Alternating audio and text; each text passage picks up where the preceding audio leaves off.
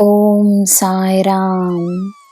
ನನ್ನ ಮುದ್ದಿನ ಮಗುವೆ, ನಿನ್ನ ಜೀವನವನ್ನು ನೀನು ಉತ್ತಮ ಸ್ಥಾನಕ್ಕೆ ತರಲು ಜನರ ಅನುಮತಿಯಲ್ಲ, ನಿನಗೆ ನಿನ್ನ ಅನುಮತಿಯ ಅಗತ್ಯವಿದೆ.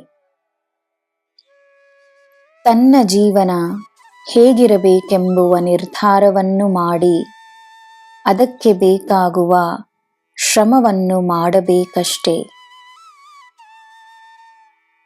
ಇಂದು ಮಾಡುವ ಶ್ರಮಕ್ಕೆ ಇಂದೇ ಫಲ ಸಿಗಬಹುದು, ನಾಳೆಯೂ ಸಿಗಬಹುದು.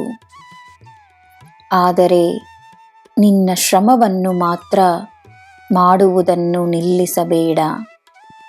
ನೀನು ಮಾಡುವ ಶ್ರಮ ಎಂದೂ ವ್ಯರ್ಥವಾಗುವುದಿಲ್ಲ. ಸ್ವಾರ್ಥಿಗಳನ್ನು ಕಂಡು ಚಿಂತೆ ಏಕೆ? ಅವರ ಗುಣವನ್ನು ಅರಿತ ಮೇಲೆ ಅವರೊಡನೆ ವ್ಯವಹರಿಸುವುದು ಸುಲಭವೇ ಅಲ್ಲವೇ?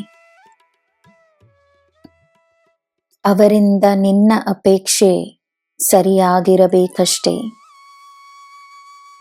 ಅತಿಯಾಗಿ ಅಪೇಕ್ಷಿಸಿ ನಿರಾಶೆಗೊಳ್ಳಬೇಡ.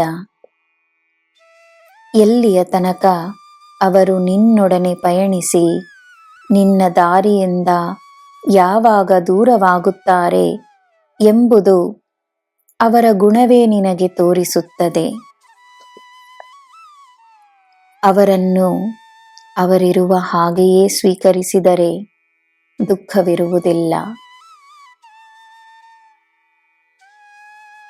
ನಿನ್ನ ಆಸೆಯನ್ನು ನಾನು ಶೀಘ್ರದಲ್ಲೇ ಪೂರೈಸಲಿದ್ದೇನೆ.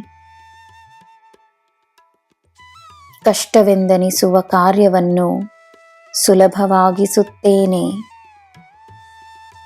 ನೀನು ನಿನ್ನ ಕಡೆಯಿಂದ ಮೊದಲನೆಯ ಹೆಜ್ಜೆಯನ್ನಿಡು. ಮಿತಿಯಿಲ್ಲದ ಶಕ್ತಿಯನ್ನು ನಿನ್ನದಾಗಿಸುತ್ತೇನೆ. ಅದರಿಂದ ನೀನು ಒಳ್ಳೆಯದನ್ನೇ ಮಾಡುವೆ ಎನ್ನುವ ನಂಬಿಕೆ ನನಗಿದೆ. ನನ್ನ ಮಗುವೆ, ಈ ತಂದೆಯ ಶಕ್ತಿ ನಿನ್ನಲ್ಲಿರುವುದನ್ನು ಮೊದಲು ನಂಬು, ದೃಢವಾಗಿ ನಂಬು.